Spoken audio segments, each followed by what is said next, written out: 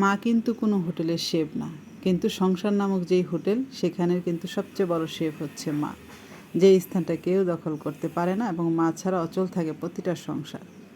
মায়ের হাতের মধ্যে যে জাদু, যত দামি খাবারই খান, যত বড় শেফের রান্নাই খান না কেন, মার হাতের মতো আর কারো রান্না হয় না।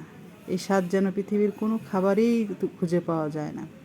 কেন যে আল্লাহ মার হাতে এত স্বাদ দিয়েছে এটাই বুঝে পাই না। আমার মনে হয় পৃথিবীর প্রত্যেক সন্তানের কাছেই মার হাতের রান্না ভালো লাগে। মারা রান্না করেই সেভাবে, বুক ভরা ভালোবাসা নিয়েই মারা রান্না করে, তাই এত ভালো লাগে। সবসময় দোয়া করি আল্লাহ যেন প্রতিটা মাকে ভালো রাখে আর সবাইকে সেই সৌভাগ্য দান করে মার হাতের খাবার খাওয়ার। এত দামি খাবার আমার হাজব্যান্ড আমাকে খাওয়ায়, তারপরও যেন মার হাতের জাদু আলাদাই।